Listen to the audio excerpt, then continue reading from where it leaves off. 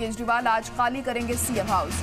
Firoz Shah road बंगला number 5 होगा नया पता अरविंद केजरीवाल का। आप रुकने पार्लियामान अशोक मित्तल के घर में रहेंगे केजरीवाल। नई दिल्ली असेंबली में है अशोक मित्तल का घर और दिल्ली चुनाव का प्रचार देखेंगे केजरीवाल यहीं पर रहकर। और आपको ये भी बता दें कि आपके एमएलएज और एमपीज ने केजरीवाल को घर देने की पेशकश की थी। पूरी दिल्ली से आवाम ने की थी अरविंद केजरीवाल को अपना घर देने की पेशकश। और अब जल्द ही अरविंद केजरीवाल नए घर में शिफ्ट हो जाएंगे। दिल्ली के साबिक सीएम अरविंद केजरीवाल आज सीएम हाउस खाली करेंगे। नई दिल्ली इलाके में वो आप सांसद अशोक मित्तल के घर में रहेंगे। अरविंद केजरीवाल दिल्ली के फिरोज शाह रोड पर बंगला नंबर 5 में रहेंगे।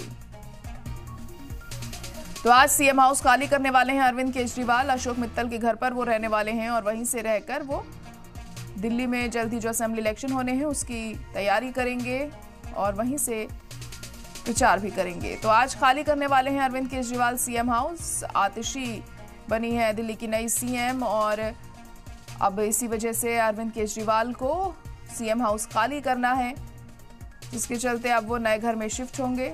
अशोक मित्तल के घर में वो शिफ्ट होंगे। तो केजरीवाल आज सीएम हाउस खाली करने वाले हैं। फिरोज शाह रोड बंगला नंबर 5 में अब शिफ्ट होंगे अरविंद केजरीवाल। आप एमएलए और एमपी से वहीं पर ही वो मुलाकात क्या करेंगे। केजरीवाल आज सीएम हाउस खाली करेंगे।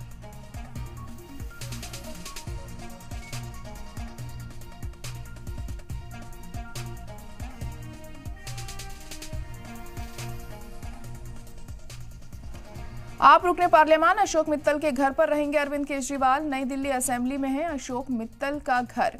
दिल्ली चुनाव का प्रचार भी अरविंद केजरीवाल देखेंगे। वहीं से आपके एमएलए और एमपीज ने केजरीवाल को घर देने की पेशकश की थी और पूरी दिल्ली की आवाम ने भी पेशकश की थी अरविंद केजरीवाल को घर देने की। दिल्ली के साबिक सीएम अरविंद केजरीवाल आज सीएम हाउस खाली कर रहे हैं। नई दिल्ली इलाके में वो आप सांसद अशोक मित्तल के घर में रहेंगे। अरविंद केजरीवाल दिल्ली के फिरोज शाह रोड पर बंगला नंबर 5 पर शिफ्ट होंगे।